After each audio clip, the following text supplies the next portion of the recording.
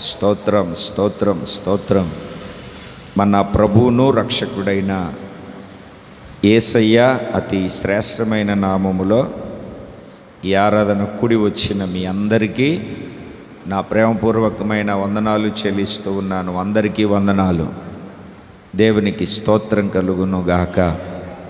దేవుని సన్నిధిలో నిలిచి ఉన్నటువంటి దేవుని ప్రియులారా, రాత్రికాల సమయంలో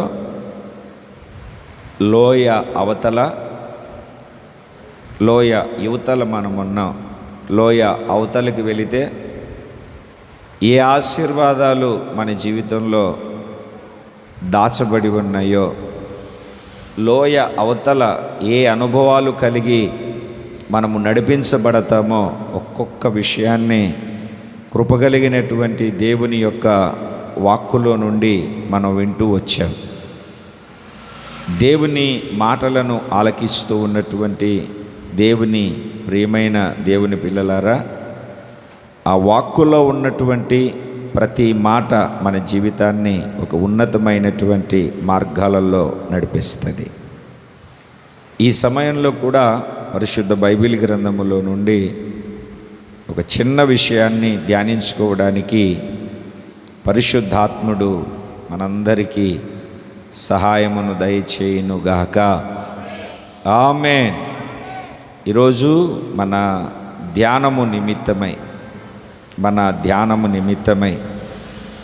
23వ కీర్తనలోనే 5వ చరణం, నా గిన్నె నిండి పొర్లుచున్నది. నా గిన్నె నిండి పొర్లుచున్నది.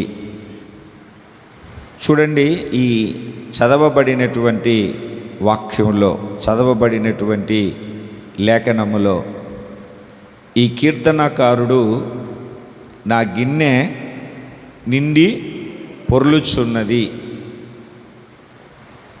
ఈ మాటకు సరైనటువంటి అర్థం ఏమిటంటే, నేను ఆశీర్వదించబడ్డాను. ఇప్పుడు మనం ఒక పాత్రలో అన్నం వండుతాం.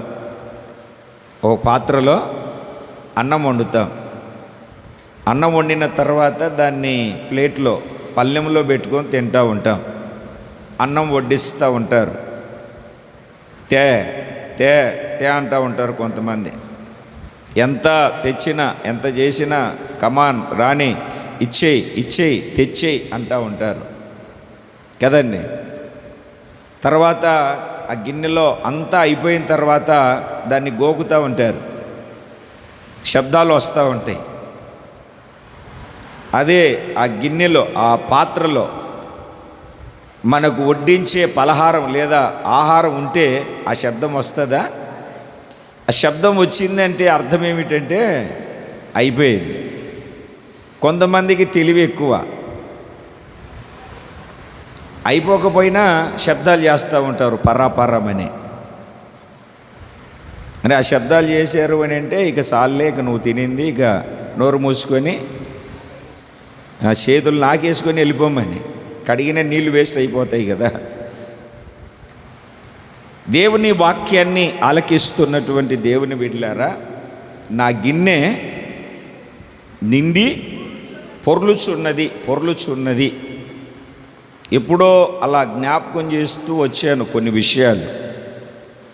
ఈ గిన్నె నిండి పొర్లే అనుభవం మనం చూస్తే సామెతల గ్రంథము 3వ అధ్యాయము 10వ వాక్యాన్ని మనము జాగ్రత్తగా చదివినప్పుడు,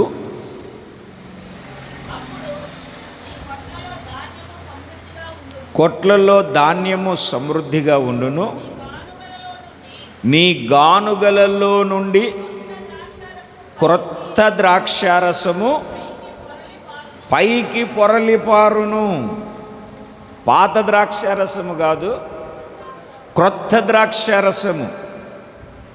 గానుగలలో ద్రాక్షారసం అంటే పొరలిపారును అంటే దీని అర్థం ఏమిటంటే ఆశీర్వదించే అనుభవం, ఆశీర్వాదం ఉండే అనుభవం. అంటే నీ పాత్ర నింపబడి అది బయటికి పొర్లుతుంది అని అంటే వేరే పాత్రకు నీకు వచ్చే ఆశీర్వాదాన్ని ఇవ్వడానికి నువ్వు సంసిద్ధంగా ఉన్నావని దాని అర్థము. బర్రాపర్రా గీక్కుంటూ ఏమిటండి ఉన్న దాంట్లోనే తిప్పుకుంటూ ఉండడం కాదు. నీకు కలిగిన ఆశీర్వాదం పైకి పొరలి పారుతుంది. అందుకే కాబోలు మనోళ్ళు ఏం చేస్తారు అంటే ఇంటిని ప్రారంభించుకున్నప్పుడు మంచి ముహూర్తాలు పెట్టుకొని మంచి గేదె పాలు తీసుకొని స్టవ్ వెలిగించి దాంట్లో ఏమిటండి పాలు పోసి ఒక పాత్రలో పాలు పోసి కింద మంట పెట్టి పొంగిస్తారు. ఆ పొంగిన పాలు ఏమైపోతాయి? భూమి పాలు అవుతాయి. నిజంగా నేను ఒక మాట అడుగుతాను, ఆ పాలు పొంగితే నీకు కూడా అంత ఆశీర్వాదం వస్తే, ఇంతమంది భూప్రపంచంలో పాలు పొంగిచ్చారు కదా, వాళ్ళందరూ ఆశీర్వాద ఆస్తికి కర్త ఐశ్వర్యవంతులు బాగా కావాలి కదా. ఏనయ్య కావాలా వద్దా? మరి ఎందుకు అవ్వలేదు? భ్రమ.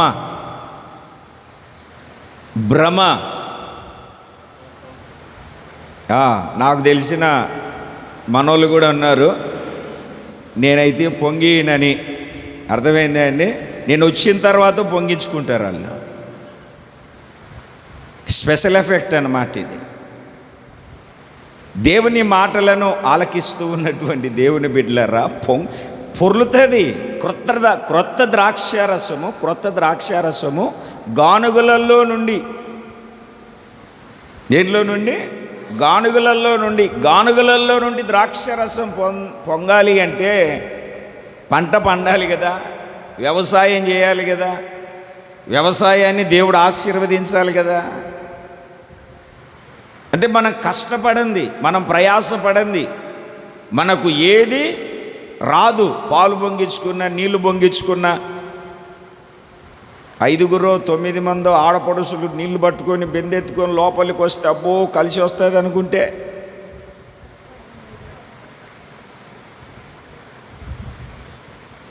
లోపలికి వెళ్ళేటప్పుడు నీళ్ళని అలా తన్ని వెళ్ళాలండి.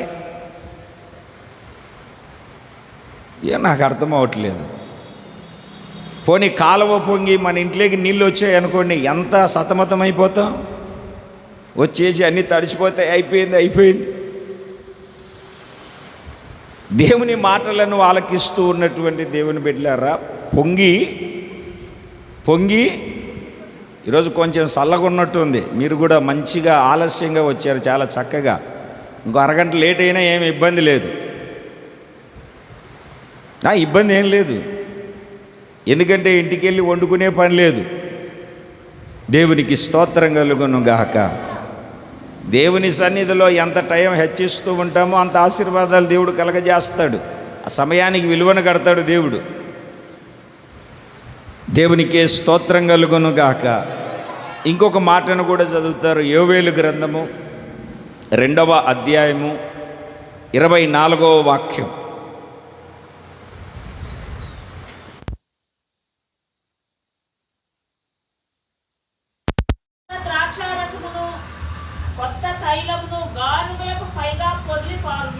కొత్త ద్రాక్షారసమును క్రొత్త తైలమును గానుగలకు పైగా పొర్లిపారును. నూనె, తైలము, నూనె ఏంటండి? నూనె. కొత్త ద్రాక్షారసము, క్రొత్త తైలము ఏమవుతుంది అని మనం వాక్యాన్ని మనం చదువుతున్నాము అని అంటే, దేవుని బిడ్డలారా, పైకి పొర్లి పారుతుంది. అంటే దాని అర్థం ఏమిటంటే దేవుని ఆశీర్వాదం, దేవుని సమృద్ధి, దేవుని దీవెన. దేవునికి స్తోత్రం కలుగును గాక. చెప్పాలి, 2 చేతులు పైకెత్తి సంతోషం. అంటే నా గిన్నె నిండి పొర్లుచున్నది అంటే సమృద్ధి, కొదవలేని గిన్నె నిండి పొర్లుచున్నది అని అంటే ఆ గిన్నెలో ఎన్ని నీళ్లు, ఎన్ని ఆశీర్వాదాలు ఎంత వచ్చినా అది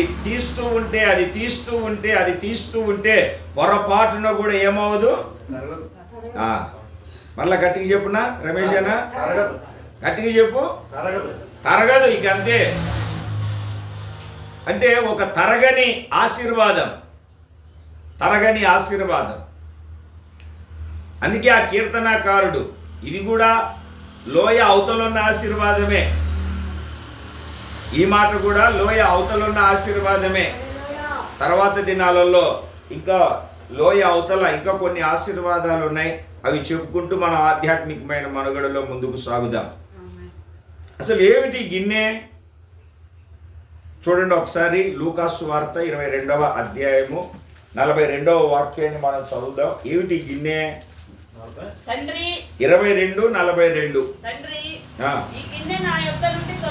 ఈ గిన్నె నా యొద్ద నుండి తొలగించుటకు నీ చిత్తమైతే తొలగించు, అయినను నా ఇష్టము కాదు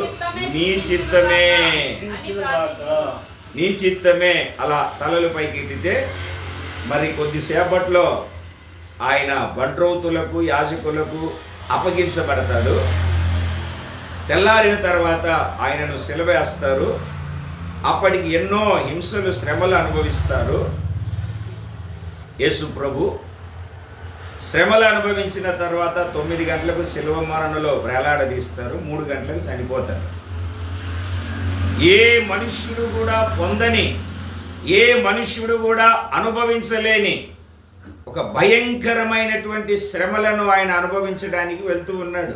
అప్పుడు అంటాడు, అయ్యా నీ చిత్తమైతే ఈ గిన్నెను నా యొద్ద నుండి తొలగించు. గిన్నె అని అంటే మన జీవితం. గిన్నె అని అంటే మన ఆధ్యాత్మికమైన మనుగడ. గిన్నె అంటే మన ఆత్మీయ స్థితి. గిన్నె అని అంటే మన జీవితం. కీర్తనాకారుడు అంటాడు, ఎన్నో శ్రమలు, ఇబ్బందులు పొందిన కీర్తనాకారుడు దావీదు, నా గిన్నె వెలితి లేదు, నా గిన్నె కొదువ లేదు, నా గిన్నె కొరత లేదు, నా గిన్నె ఎలా ఉంది అంటే చెప్పండి, ఇప్పుడు చెప్పండి గట్టిగా అందరూ, నా గిన్నె. అంత నీరసంగా చెప్తారేంటి? గట్టిగా చెప్పండి, నా గిన్నె ఏమవుతుందండి? నిండి. ఎవరో పొంగి అంటున్నారు, పొంగదు.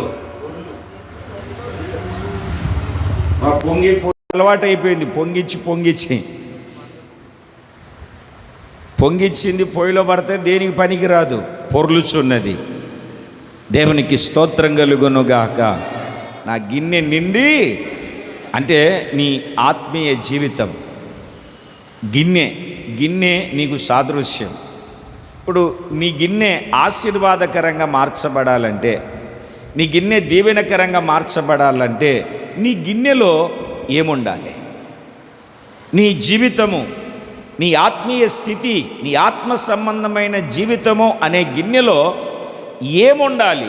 ఏముంటే ఆశీర్వదించబడతావు, ఏముంటే దీవించబడతావు? మీరు చూడండి, ఒక మాటను చదువుతారు. లూకాసు వార్త 22వ అధ్యాయం 27 నుండి 20 వాక్యాల వరకు నేను చెప్తాను. ఊరికి అలా మీరు తీసి పెట్టుకోండి. అలాగ చూడండి. నేను చెప్పిన తర్వాత మీరు చదువుదురు. ఆయన ఒక గిన్నె పట్టుకొని, అంటే ద్రాక్షారసపు గిన్నె పట్టుకొని ఈ మాట అంటాడు. ఏమంటాడో తెలుసా? ఇది నా రక్తము అని చెప్తాడు. చదవండి ఆ మాటను. ఈ గిన్నె మీ కొరకు చిందింపబడుచున్న. ఏముంది ఆ గిన్నెలో? ఆ గిన్నెలో ఏముంది? మత్తయి సువార్త 26వ అధ్యాయము 27వ వాక్యాన్ని చదవండి. మత్తయి సువార్త 26వ అధ్యాయము 27వ వాక్యం.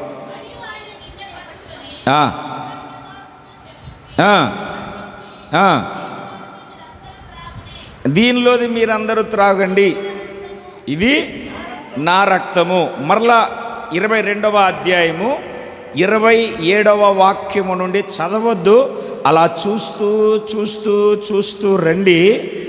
ఆయన ద్రాక్షారసపు పాత్రను పట్టుకొని అని రాసి ఉంటుంది. ఆయన పాత్రను పట్టుకొని, కనబడిందా అండి? ఏం మాట్లాడట్లేదండి మీరు చదవండి. ఆ 7 వాక్యాలలో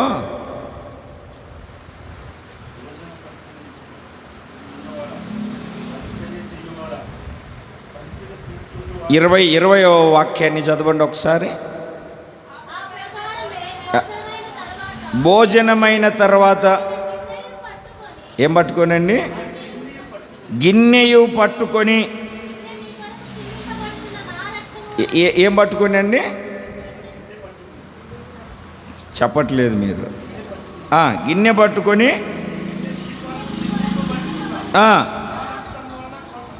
క్రొత్త నిబంధన.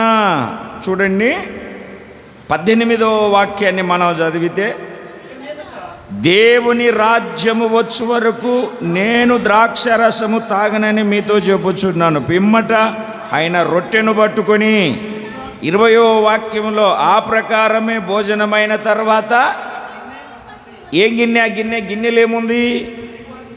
అదే గిన్నెలో ఏముంది? అదే ఏముంది? పైన చదివాం కదా 18వ వాక్యంలో, క్రొత్తదైన ద్రాక్షారసము. ఏ ద్రాక్షారసము దేవుని ప్రియులారా? చెప్పట్లేదు మీరు. క్రొత్తదైన ద్రాక్షారసము అంటే ఇప్పుడు కాస్త మీరు తలలు పైకెత్తితే ద్రాక్షారసపు గిన్నె అంటే ఇప్పుడు ఆ గిన్నెలో ఏముంది అని అంటే ద్రాక్షారసము. ఏముందండి? ద్రాక్షారసము. ఈ ద్రాక్షారసము దేనికి సాదృశ్యం అంటే అక్కడే మనం చదువుతున్నాము, ఇది నా రక్తము. గొర్రెల మేకల యొక్కయు ఎడ్ల యొక్కయు గొర్రెల యొక్కయు రక్తము కాదు, క్రీస్తు రక్తము. ఇది నా రక్తము.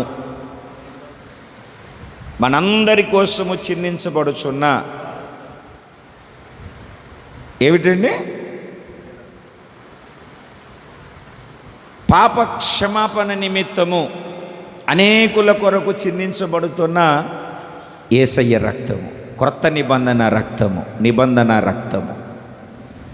అంటే ఇప్పుడు నీ గిన్నె నిండి పొరలాలి, నా గిన్నె నిండి పొంగి పొరలాలి అని అంటే ఆ గిన్నెకు ఉండవలసిన మొదటి అనుభవం ఏమిటంటే ఆ గిన్నెలో రక్తపు యేసు క్రీస్తు కార్చిన రక్తము. అంటే మన ఆత్మీయ జీవితము ఆత్మ సంబంధంగానో భూ సంబంధంగానో ఆశీర్వదించబడాలి అని అంటే మన జీవితంలో ఉండవలసినటువంటి అనుభవం ఏమిటంటే, దేవుని ప్రియులారా, దేవుని వాక్యాన్ని వింటున్నటువంటి దేవుని బిడ్డలారా, క్రీస్తు రక్తముతో కడగబడిన ఆనవాలు అనుభవం మన జీవితంలో ఉండాలి.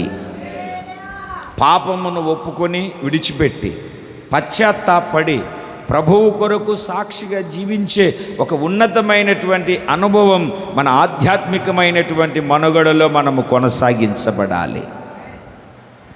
మీరు పరిశుద్ధ బైబిల్ గ్రంథంలో ఒక మాటను చదువుతారు. ఎందుకు ఉండాలి ఆయన రక్తము? చూడండి, నెహెమ్యా గ్రంథము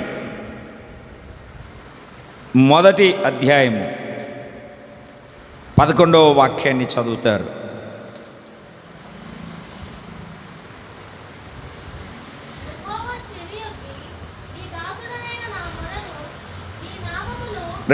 రెండవ అధ్యాయము 1వ వాక్యాన్ని మనము చదివితే,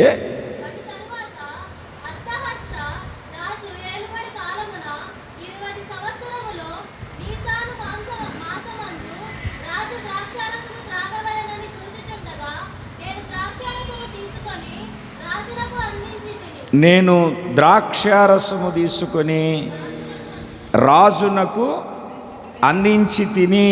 చూడండి, ఆ వాక్యాన్ని మనం జాగ్రత్తగా చదివితే, మీరు కాస్త తలలు పైకెత్తితే, బబులోను దేశానికి బానిసగా చెరకొనిపోబడినటువంటి వ్యక్తి నెహెమ్యా. ఈయన ఉద్యోగం ఏమిటంటే ఈయన పని ఏమిటంటే రాజుకు ద్రాక్షారసం అందించాలి. నేను తలలు పైకి ఎత్తమన్నా, మీరు చాలా బాగా చదువుతారు బైబిల్. ఇక్కడే తలలు పైకి ఎత్తి చూడండి. రాజు దగ్గర ద్రాక్షారసం అందించి, రే ద్రాక్షారసం తీసుకురా అండు. చూడండి, ఆ వాక్యంలో ద్రాక్షారసము త్రాగవలెనని చూచుచుండగా అడిగాడా? ఇప్పుడు మీ ఇంటికి వచ్చాను అనుకోండి, నేనేం అడుగుతానో అది మీరు ఇవ్వలేరు. ఇస్తారండి? ఉన్నది ఇస్తారు. ఇక్కడ చూడండి, బాబు నాకు ఇద్దే అనట్లేదు ఆయన. ద్రాక్షారసము తాగాలి అని ఆయన ద్రాక్షారసము పాత్ర వైపు చూసిన వెంటనే ఆ ద్రాక్షారసపు పాత్రను రాజుకు అందిస్తున్నాడు. అందించే విషయంలో కూడా చాలా జాగ్రత్తగా, చాలా విధిగా ఉండాలి. మేము మా పాస్టర్ గారితో ఉండేటప్పుడు బ్యాగు, బాట్లు, అవన్నీ పాస్టర్ గారితో. ఇప్పుడు కళ్ళజోడు పెట్టుకోవాలి, కళ్ళజోడు అవసరం ఏంటోనని అంటే మా గురి ఆయన మీద ఎంత జాగ్రత్తగా ఉంటుందో తెలుసా? ఆయన కూర్చోవాలి అనుకున్నప్పుడు కుర్చేయడం, మగం తుడుచుకోవాలి అనుకున్నప్పుడు జ్ఞాపకీని అందించడం, కళ్ళజోడు పెట్టుకోవాలన్నప్పుడు కళ్ళజోడు అందించడం.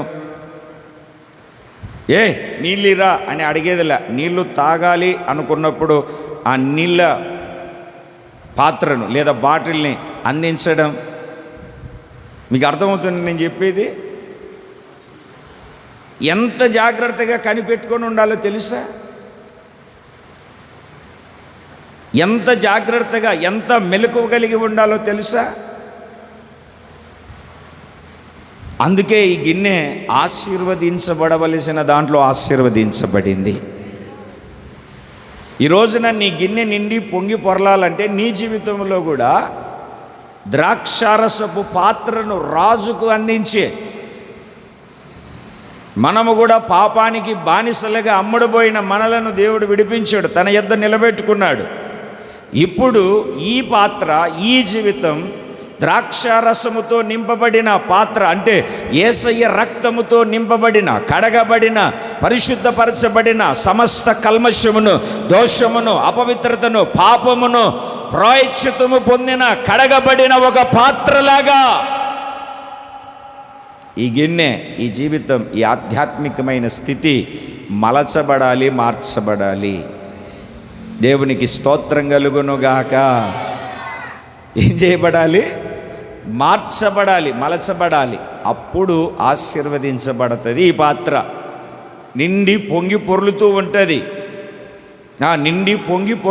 ఉంటుంది. అప్పుడేం జరుగుతుందో తెలుసా అండి?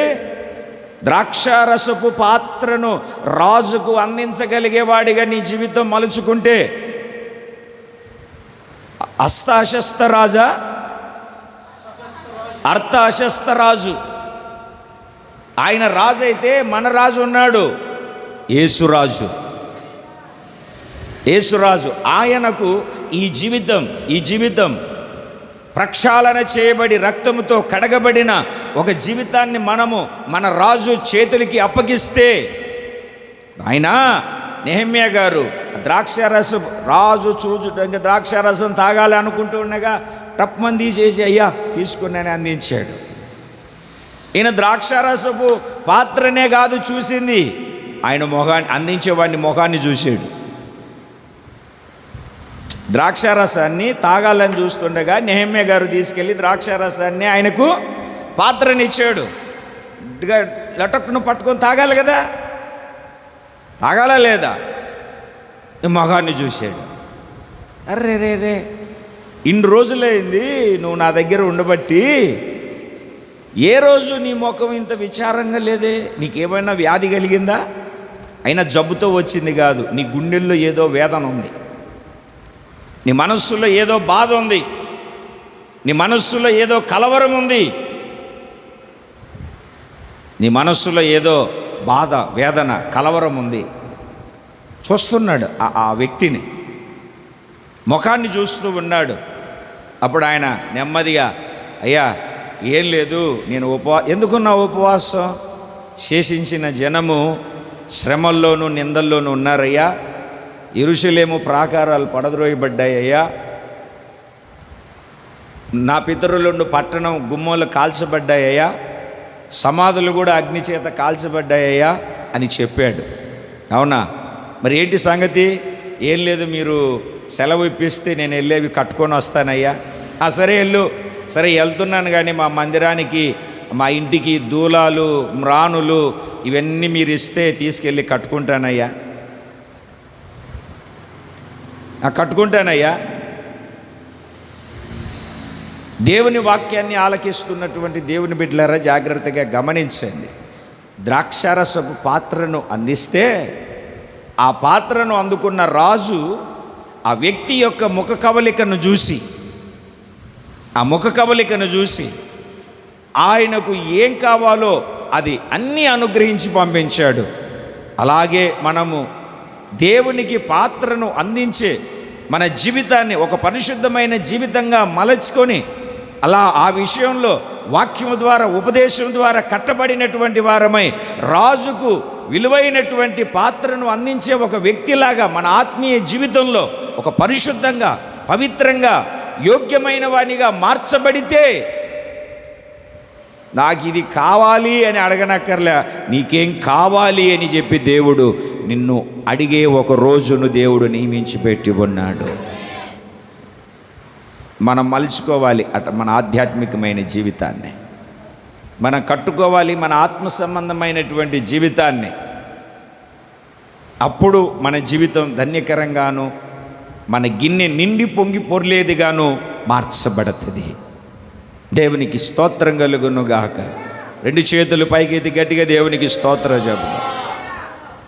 రాజుగారి ఎడల ఒక ఇద్దరు వ్యక్తులు నేరము చేశారు అన్నటువంటి ఫిర్యాదు వచ్చింది. అర్థం చేసుకోవాలి కొంచెం. ఏం ఫిర్యాదు వచ్చింది? నేరం చేసినట్టు రాజు దగ్గర ఫిర్యాదు వచ్చింది. ఫిర్యాదు వస్తే ఆ తీర్పు తీర్చబడేంత వరకు వాళ్ళిద్దరిని ఏం చేశారంటే చెరసాలలో వేయించారు. చెరసాలలో వేయిస్తే వీళ్ళు చెరసాలలోకి వెళ్ళారు. ఆ చెరసాల్లో బిక్కుమంటూ ఎప్పుడేం జరుగుతుందో, ఎప్పుడేం తీర్పు వస్తుందో, ఎప్పుడు చచ్చిపోతామని ఎదురు చూస్తున్నారు. ఆ చెరసాలలో ఒక పడుచువాడు ఉన్నాడు, యవనస్తుడు. ఒక 28 సంవత్సరాలు అట్లా ఉంటాయి ఆయన గారి వయసు. ఆ చెరసాల నాయకుడి కంటే అతనికే అందరూ ప్రాధాన్యత ఇస్తున్నారు. ఎందుకంటే అన్ని చూసుకునేది ఆయనే. వీళ్ళు ఒక రోజు దిగాలుగా కూర్చొని ఉంటే వాళ్ళ దగ్గరికి వచ్చి, ఏంటి బ్రదర్, ఏంటి ఇటు కూర్చున్నారు, మాతో ఏం పనిలే, ఏం కాదు చెప్పు, నేను చెప్తాను అంటే అక్కడ ఇద్దరున్నారు, పానదాయకుడు భక్షకారుడు ఇద్దరున్నారు. ఇద్దరు రాజు ఎడల తప్పు చేసి చెరసాలకు వెళ్ళిపోయారు. నేను మీకు ఎప్పుడు చెప్తానే ఉంటాను, ఒకవేళ నీ సహోదరుడితో నీకేమైనా విభేదం ఉంటే సమాధానపడు.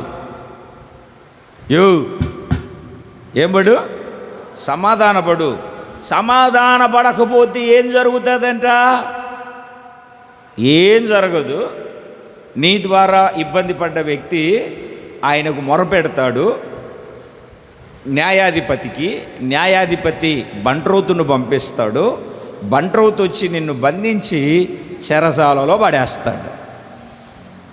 చెరసాలలో పడేసి ఏం చేస్తాడంటే కడపటి కాసు చెల్లించేంత వరకు నువ్వు బయటికి రావు. అర్థమవుతుందండి? కడపటి కాసు చెల్లించేంత వరకు బయటికి రావు. అసలు వస్తావో రావో నాకు తెలియదు. నేను మీకు ఎప్పుడు చెప్తా ఉంటాను, చెర అంటే ఏంటంటే మనము చెయ్యాలనుకున్నది చేయకపోవడమే చెర. ఇల్లు కట్టుకోవాలనుకున్నావు, కట్టుకోలేకపోతున్నావు. దేవుని సన్నిధిలో ఇంకా బలంగా ఎదగాలనుకుంటున్నావు, ఎదగలేకపోతున్నావు. ప్రార్థన చేయాలనుకుంటున్నావు, చేయలేకపోతున్నావు. ఇవన్నీ ఏంటి అని అంటే నువ్వు చెరలో వేయబడిన స్థితిని నీకు నేర్పుతుంది. దేవునికి స్తోత్రం కలుగును గాక. దేవుని బిడ్డలారా, వాళ్ళు కలలు కన్నారు. ఆ కలతో కలవరం, ఆ కలల ద్వారా కలత చెందుతున్నారు. అప్పుడు పానదాయకుల అధిపతి కలని చెప్పాడు. ఏం లేదయ్యా, నేను నిద్రపోతుంటే నాకు కల వచ్చింది. ఆ కల్లో ఏం జరిగిందంటే మీరు చదవండి ఒకసారి. ఆదికాండం 40వ అధ్యాయము 11వ వాక్యాన్ని చదవండి.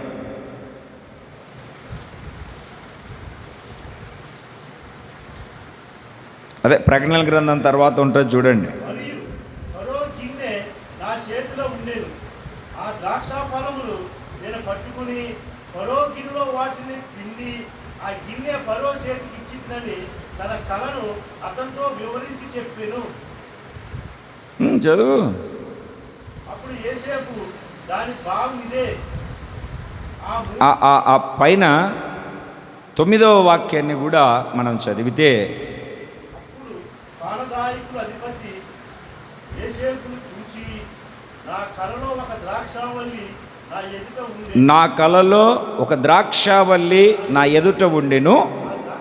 ఆ ద్రాక్షావల్లికి 3 తీగెలుండెను. అది చిగిరించినట్టు ఉండెను. దాని పువ్వులు వికసించెను.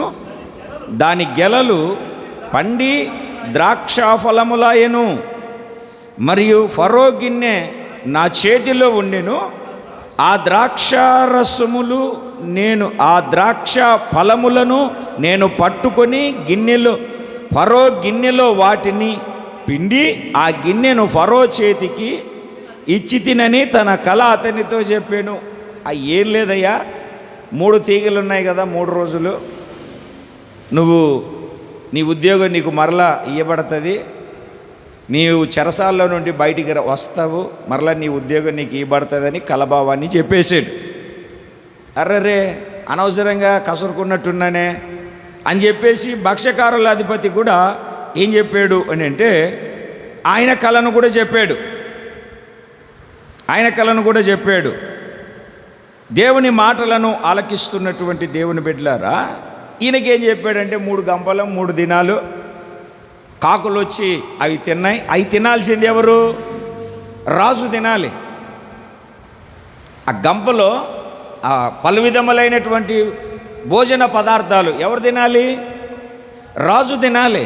రాజు తినట్లేదు, ఈ పక్షులు అవి ఇవి వచ్చి తింటున్నాయి. చూడండి, మీరు ఆ వాక్యాన్ని మీరు జాగ్రత్తగా చదువుకుంటూ కిందికి వస్తే 16వ వాక్యం. అతడు మంచిది అధిపతి చూచి అతనితో ఇట్లా నేను కలగంటిని, ఇదిగో తెల్లని పిండి వంటలు గల 3 గంపలు నా తల మీద ఉండెను.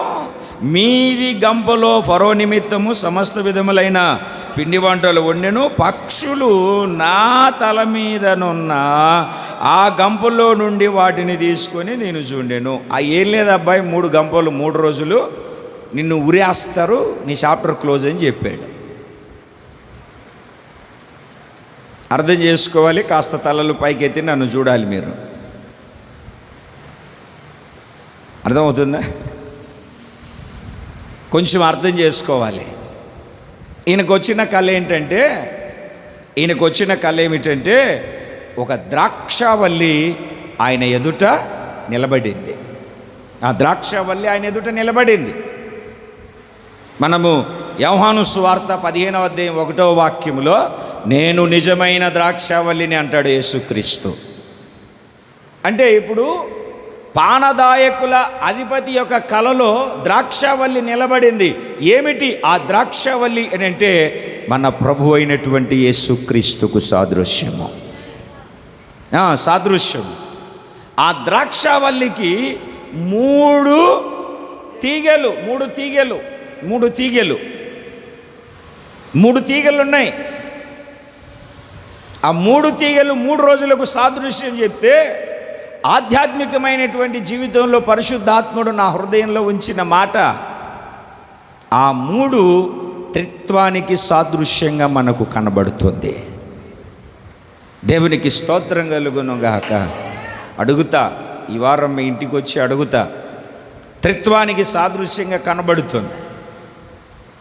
ఆయన త్రిత్వంలో ఏకత్వమై ఉన్నటువంటి దేవుడు. దేవునికి స్తోత్రం కలుగును గాక. అంత మాత్రమే కాదు, అది చిగురించినట్లు ఉండెను.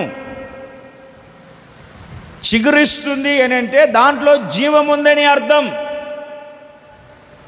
నేను చిగురు పెట్టు సరళ వృక్షము వంటి వాడను అని హోషేయ గ్రంథం 14వ అధ్యాయం 8వ వాక్యంలో మనం చదువుతాం.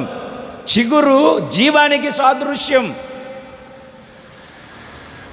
ఆయన మనందరి కోసం చనిపోయాడు, అయినా 3వ దినాన తిరిగి లేచాడు. మృతిని జయించి లేచినవాడు, మరణపు ముళ్ళును విడిచి తిరిగి లేచినటువంటి వాడు. ఆయనలో చిగురు ఉంది. ఆయన చిగురించేవాడు, ఆయన చిగురింపజేసేవాడు. దేవునికి స్తోత్రం కలుగునుగాక. అంత మాత్రమే కాదు, ఆ చిగురు మాత్రమే కాదు, ఆ ద్రాక్షావల్లికి, ఆయన ఎదుట నిలిచి ఉన్నటువంటి ఆ ద్రాక్షావల్లికి 3 తీగలే కాదు, చిగురు మాత్రమే కాదు, ఇంకా ఏమున్నాయి అని అంటే పువ్వులు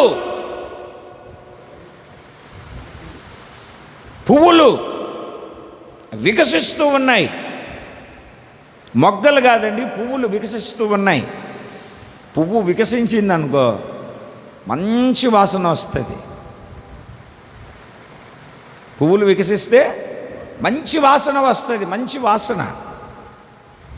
వాసన అంటే సాక్ష్యం. చూడండి, ఆయన ఎంతమంది దగ్గర పరీక్షించబడ్డాడో.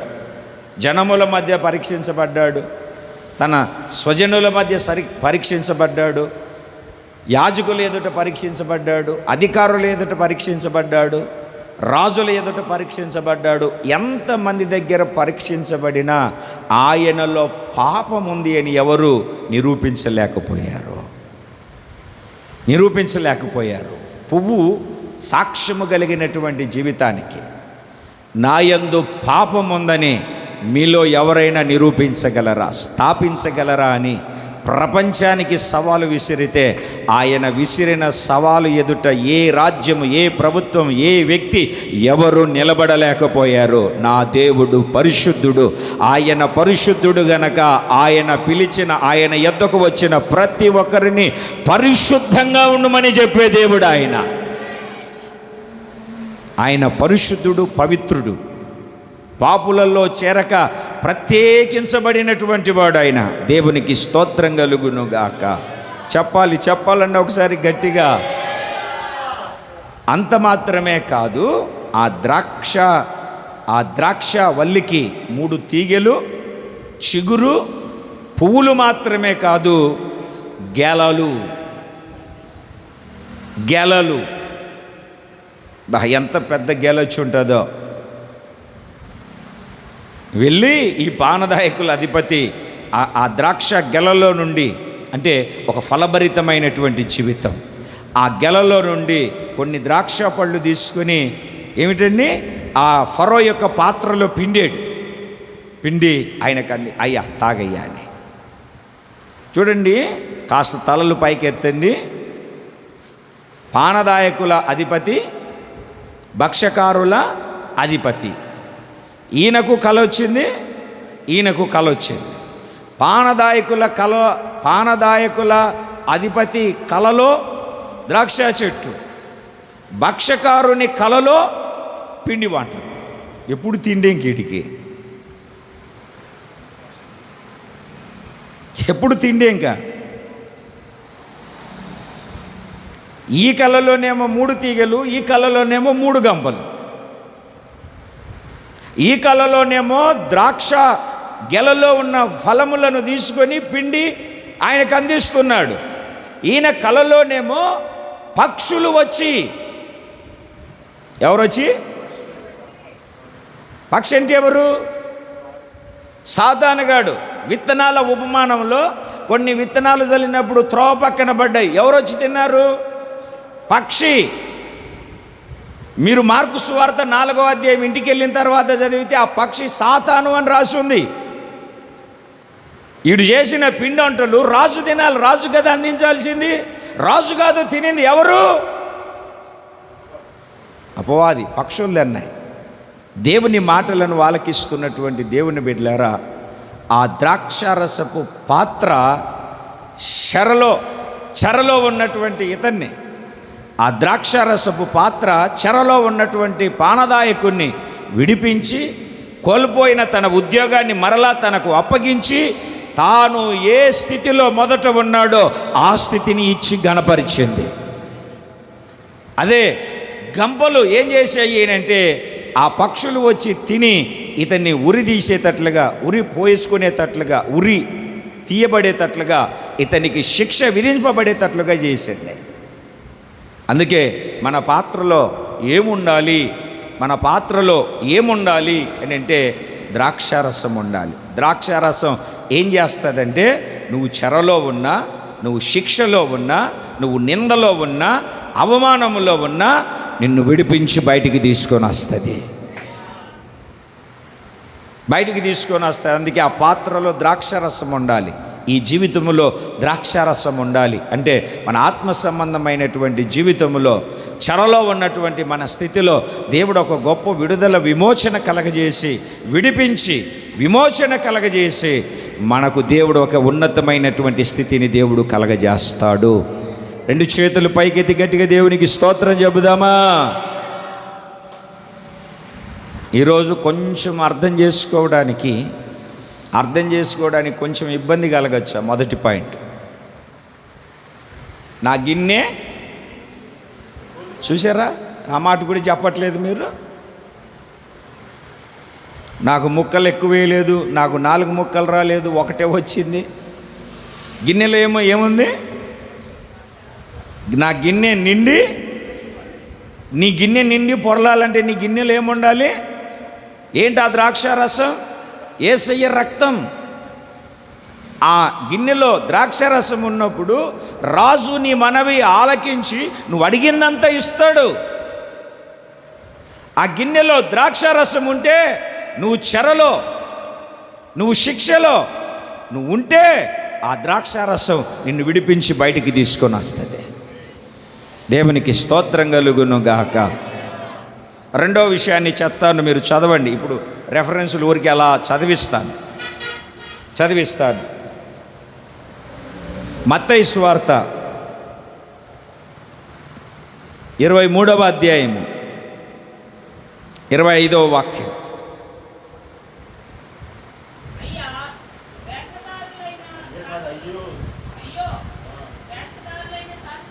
శాస్త్రులారా, పరిసయ్యులారా, గిన్నెయు పల్లెమును ఎక్కడ చెప్పట్లేదు కొంచెం నువ్వు ఎక్కడ వెలపట శుద్ధి చేయుదురు కానీ తోపుతోనూ అజితేంద్రియముతోనూ నిండి ఉన్నది. బయట ఎట్లా ఉంది? బంగారు పళ్ళెంలో పాసిపోయిన కూడు పెడితే తింటావా? పెట్టింది బంగారు పళ్ళెమే కదా, పెట్టింది బంగారు పళ్ళెమేగా, ఎందుకు తినవు?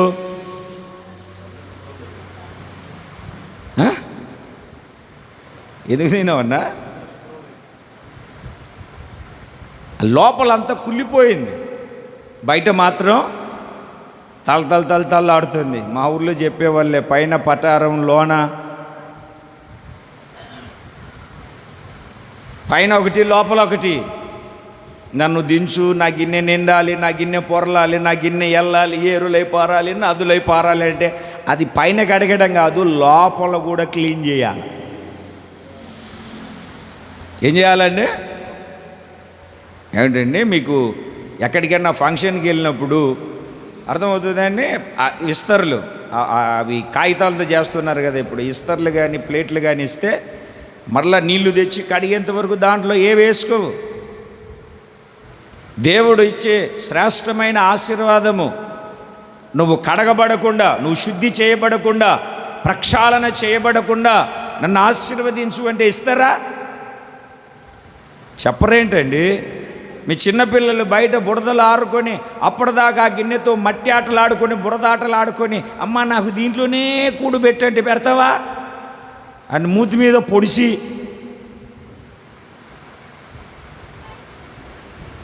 పెద్దోళ్ళనే పొడుస్తారు. ఇంకా చిన్నపిల్లలు మామూలుగా ఉంటారా?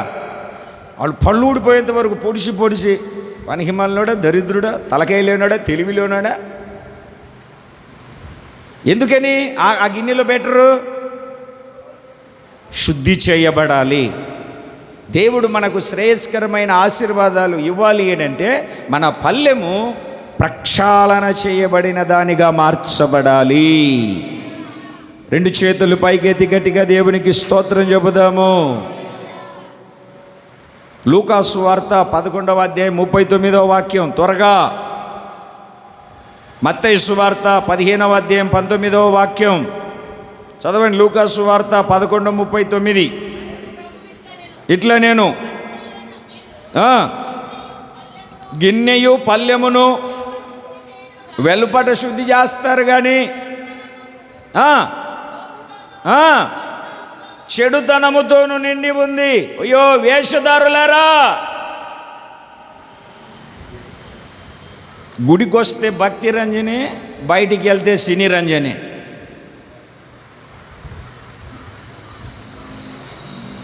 ఇక్కడికి వస్తే హల్లెలూయా స్తుతి మహిమ, బయటికి వెళ్తే డీజే.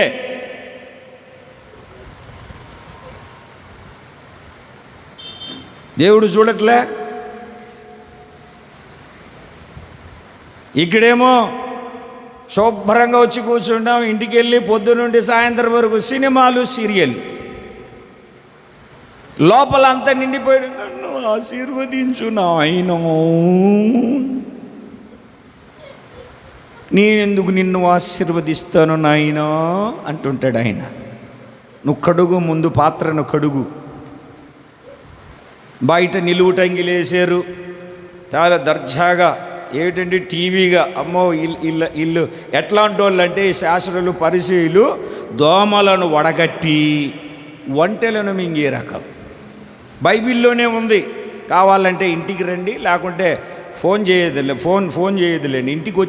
ఇంటికి వచ్చి బైబిల్ తీసుకొని రండి, చూపిస్తాను. దేన్ని వడగడతారు? ఇల్లు దోమలను వడగడతారు. ఫిల్టర్ నీళ్ళు ఆ పైన ఎవరన్నా ఇట్లా పాపం చేయి చచ్చిపోయిన వాళ్ళు పాత్రలు అందిస్తారు చూడండి. ఇప్పుడు మనం అనుకో ఇట్లా అందిస్తాం, కొంచెం బలం ఉంటే. చేయి చచ్చిపోయిన వాళ్ళు ఏలు పెట్టి అందిస్తూ ఉంటారు. ఇట్లా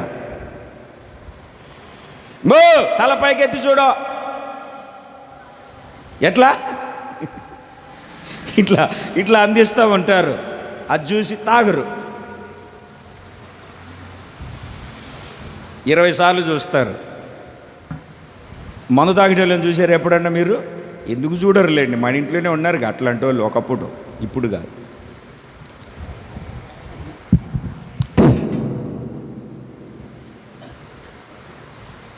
ఆడదాన్ని చూడ్డు, ఆరోగ్యానికి హానికరం, పాడైపోతావరంటే చూడ్డాడు.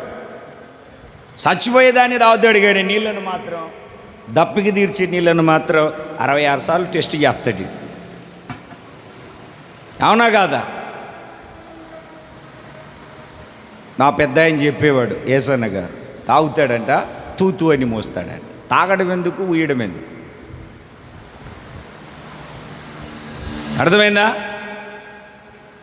మరలా ఇక్కడికి వచ్చి అన్ని టెస్ట్ చేస్తూ ఉంటారు. కూరలో ఉప్పు లేదే, సాంబార్లో బెండకాయలు తక్కువైపోయినాయే, అల్లంలో ఘాటు లేదే, పాలు తెల్లగా లేవే.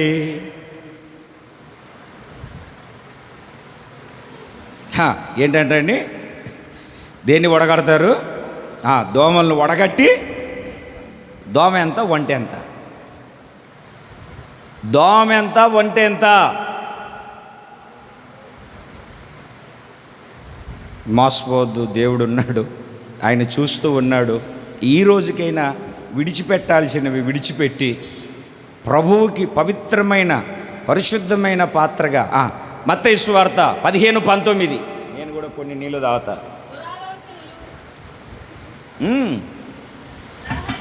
చదవండి అమ్మా, చదవండి. దురాలోచనలు, నరహత్యలు, వ్యభిచారములు, దొంగతనములు, అబద్ధ సాక్ష్యములు, దేవదూషణలు, లోపల నుండి వస్తున్న బయట మాత్రం తెల్లబట్టలు వేసుకొని అరగుండు పెట్టుకొని అబ్బాయి ఏం లెక్చర్ ఇస్తున్నాను, లోపల ఎన్ని ఉన్నాయో నాకు మీకు కాదండి. మీరు మంచోళ్ళు కాబట్టే కూర్చున్నారు. నేను చెప్పే మాటలు కానీ కనీసం కునుకులేస్తున్నా నిద్రపోతున్నారు. అంతే కదమ్మా, చెప్పవేట్టు తల్లి, అంతేనా కాదా? దేవుని బిడ్డలారా, వాక్యాన్ని జాగ్రత్త. లోపల చూడండి ఎన్ని ఉన్నాయో, బయట మాత్రము బంగారు పాత్ర. ఇది దేవుని పరిశుద్ధ నామానికి స్తోత్రం కలుగు. ఒకసారి 2 చేతులు పైకెత్తి గట్టిగా దేవునికి స్తోత్రం చెప్పండి. ఇంతకుముందు నాతో కూడా ఏ మీటింగ్కి వెళ్ళినా ఎక్కడికి వెళ్ళినా ఓ బ్రదర్ వచ్చేవాడు. ఇప్పుడు సేవకుడు అంటే ప్రత్యేకంగా చూస్తారు కదా, ఒకవేళ మీరు చూసినా చూడకపోయినా. పాపం వాళ్ళు ఏం చేసేవాళ్ళు, పాస్టర్ గారికి ఓ ప్రత్యేకమైన ప్లేట్లు, హాట్ బాక్సులు, డిష్లు అన్నీ. నేను భోజనం చేసేవాడు కాదు, ఆయనకి ఇస్తరేసి ఆ బఫేలో తినమంటే వచ్చేసి అక్కడే నిలబడేవాడు. పాస్టర్ గారు ఏం తింటున్నాడు, పాస్టర్ గారు ఏం తింటున్నాడు, హాట్ బాక్స్ పెట్టారు కదా, పెద్ద ప్లేట్ పెట్టారు కదా, తెల్లటి ప్లేట్ పెట్టారు కదా, ఏం తింటున్నాడు, ఏం తింటున్నాడు. నాతో ఉన్న ఇంకొక పాస్టర్ గారికి బాధేసి, ఒరే బాబు, పాత్రలు వేరే, పలహారం ఒకటే. మీరే స్పెషల్ అనుకుంటున్నారు. ఆ 100 మందికి వండిన చికెనే ఈయనకు పెడతారు, ఆ 100 మందికి వండిన సాంబారే ఈయనకు పెడతారు, ఆ 100 మందికి వండినటువంటి భోజనమే పెడతారు. కాకపోతే ప్లేట్లు మారుతాయి, పాత్రలు వేరైనా. నువ్వు పాస్టర్ గారు ఏం తింటున్నారు, ఏం తింటున్నారు, నన్ను తీసుకొచ్చాడు అంత దూరం నుండి, ఏం ఆలోచన చేయనక్కర్లేదు, అక్కడ పెట్టింది ఇక్కడ పెడతారు, అక్కడ పెట్టింది ఇక్కడ పెడతారు. కొత్తది ఏముండదు, వేరేది ఏముండదు. పాత్రలు వేరైనా పలహారము ఒకటే, మారితే అడుగు. దేవునికి స్తోత్రం కలుగునగాక. చెప్పండి ఒకసారి గట్టిగా.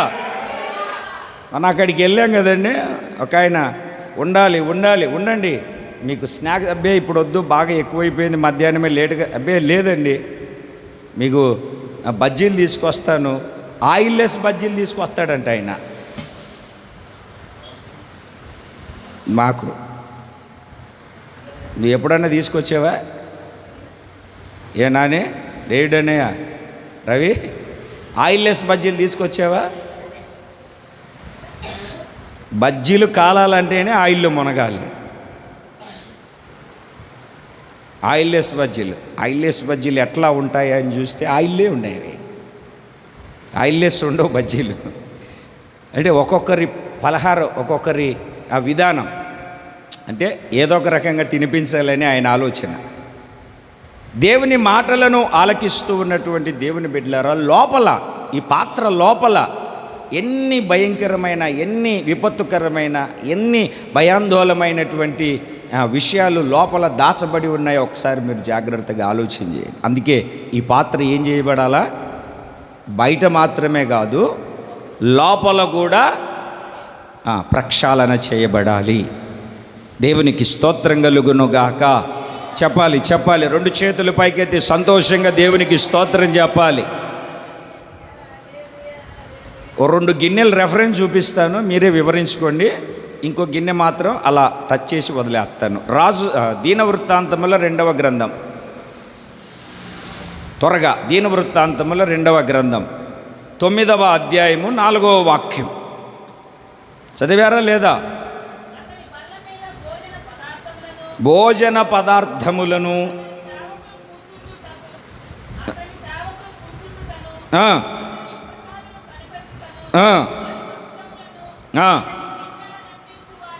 గిన్నెలను అందించు వారిని, వారి వస్త్రములను.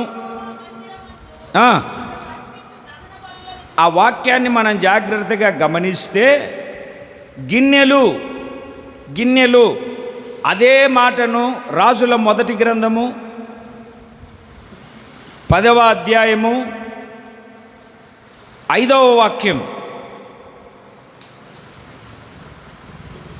అతని బల్ల మీదనున్న భోజన ద్రవ్యములను, అతని సేవకులు కూర్చుండు పీఠములను, అతని ఉపచారులు కనిపెట్టుటయు వారి వస్త్రములను, అతని గిన్నెనందించువారు. చూడండి ఎంత జాగ్రత్త. అంటే ఆ సహవాసంలో గిన్నె, భోజనపు బల్ల అంటే సహవాసం. ఆ గిన్నె సహవాసంలో ఉండాలి. ఇంకొక గిన్నెను చూపిస్తాను. మొదటిది ద్రాక్షారసముతో ఉన్న గిన్నె, రెండవది శుద్ధీకరించబడిన గిన్నె, మూడవది బల్ల మీద అంటే సహవాసములో ఉన్న గిన్నె, నాలుగవది రాజుల 2వ గ్రంథం 9వ అధ్యాయము 3వ వాక్యం. ఏ గిన్నెనా? చాలు, అంటే ఎక్కువ సమయం లేదు కనుక. తైలపు గిన్నె, తైలము రాత్రి చెప్పుకున్నాం మనము, అభిషేకము అని. సాయంత్రం వస్తుంది ఆ ప్రసంగం, రాత్రి వచ్చింది చూడండి ఒకసారి, మరలా ఒకసారి. 5 గంటలకు ప్రైమర్ వస్తుంది చూడండి. 5 గంటలకైనా పెట్టింది, 5 గంటలకు ప్రైమర్ వస్తుంది చూడండి. 1 గంట సేపు దేవునికి స్తోత్రం కలుగును గాక. చూడు 5 గంటలకు వస్తుంది.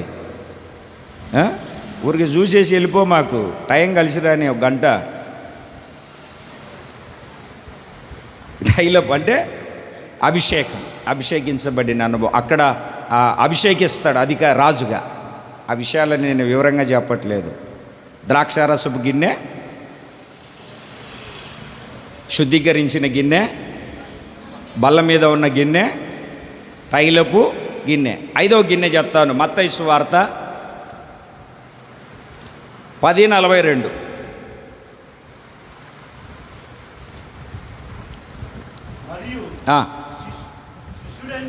శిష్యుడని ఎవడు ఈ చిన్నవారిలో ఎట్లా సార్? గిన్నెడు చన్నీళ్ళు మాత్రము త్రాగనిచ్చునో వాడు తన ఫలము పోగొట్టుకొనడని. అలాగా కిందికి చదువుకుంటూ వస్తే, ప్రవక్త అని ఎవడు ప్రవక్తను చేర్చుకుంటాడో ఆ ప్రవక్త ఫలము అతడు పోగొట్టుకొన్నాడు. ఆ ముందు ఉంటుంది కొంచెం ముందు ఉంటుంది, ముందు ఉంటుంది, ఇంకొంచెం పైకి. ప్రవక్త ఫలము పొందుతాడు. ఇట్లా కాస్త తలలు పైకెత్తి చెప్తాను. కొంచెం తలలు పైకెత్తాను. ఎన్ని చల్లనీళ్ళు? గిన్నెడు చల్లనీళ్ళు అంటే ప్రభు పేరట వచ్చిన వారికి. మీ బంధువులు ఎవరు వచ్చినా కూడా అప్పు కావాలనో ఉప్పు కావాలనో వస్తారు, అంతేనా? ప్రభు పేరట మీ ఇంటికి వచ్చేది ఎవరు? సేవకుడు. ఆ సేవకుడిని చేర్చుకుని ఎన్ని చల్లనీళ్ళు? గిన్నెడు చల్లనీళ్ళు నువ్వు ఇస్తే ఫలము పోగొట్టుకున్నావు, నీకు కూడా ఒక చల్లనీళ్ళు ఇస్తాడు. ఏంటా ఆ బాధ ఎందుకు? మూత తీసి ఏమిస్తాడు? కొంచెం గట్టిగా చెప్పండి. నువ్వు ప్రవక్తను చేర్చుకొని, ఇన్ని చూడండి, తలకాయ దించొద్దు మీరు. ప్రవక్తను చేర్చుకొని మీరు ప్రవక్తకు గిన్నెడు చల్లనీళ్ళు ఇస్తే దేవుడు మీకు ప్రతిఫలం ఇస్తాడు. ఏంటో తెలుసా? మీరు ఒక్కసారి ఆ మాటను చదవండి. సామెతల గ్రంథము 25వ అధ్యాయము 25వ వాక్యం. దప్పికొనిన వానికి ఏంటి సార్? చల్లని నీరు ఎట్లా ఉంటుందో, దూరదేశము నుండి వచ్చిన శుభ సమాచారము అట్లుండును. చేతులు పైకెత్తి, చేతులు ఊపితే ఒకసారి గట్టిగా దేవునికి ఊగట్లేదు చేతులు. హల్లెలూయా. ఇప్పుడు ఇట్లా ఒకసారి తలలు పైకెత్తండి. నువ్వు ఇచ్చింది ఏంటి? నువ్వు ఇచ్చిందేంటి? గిన్నెడు చల్లనీళ్ళు ఇచ్చావు. ప్రవక్తకు గిన్నెడు చల్లనీళ్ళు ఇచ్చావు. తర్వాత జరిగే కార్యం ఏమిటి?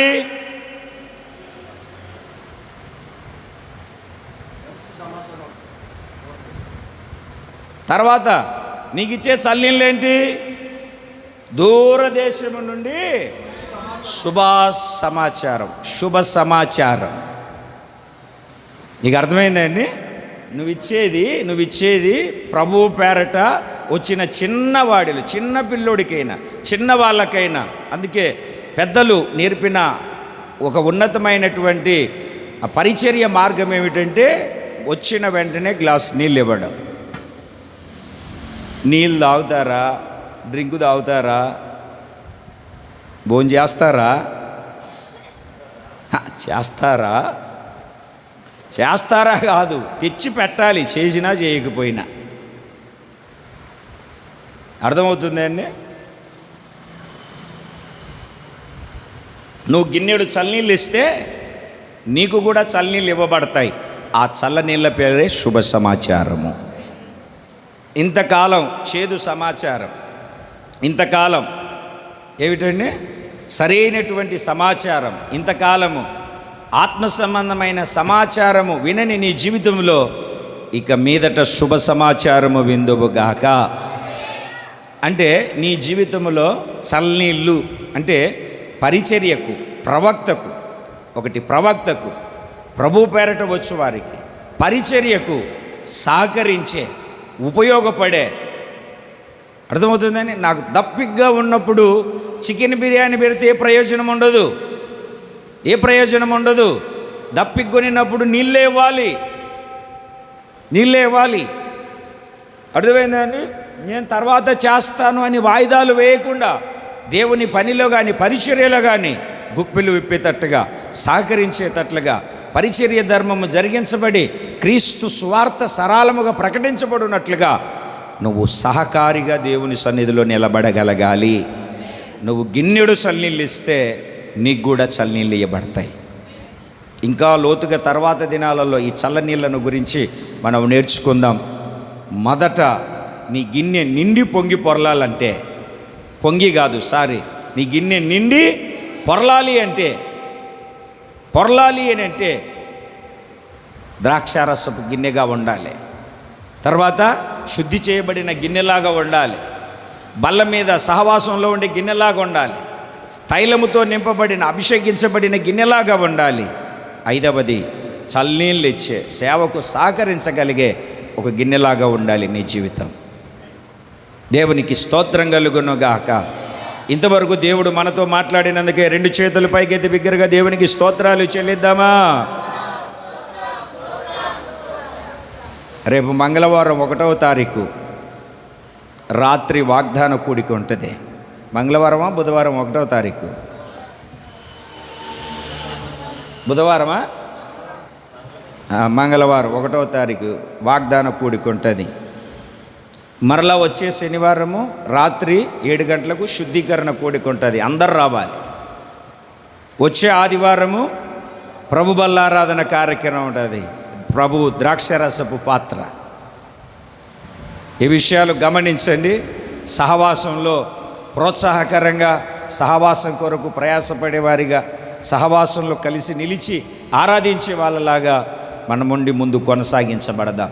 ప్రార్థన చేసుకుందాం.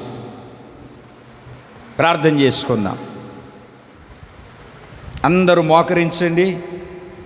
ఒక చిన్న ప్రార్థన చేసుకుందాం.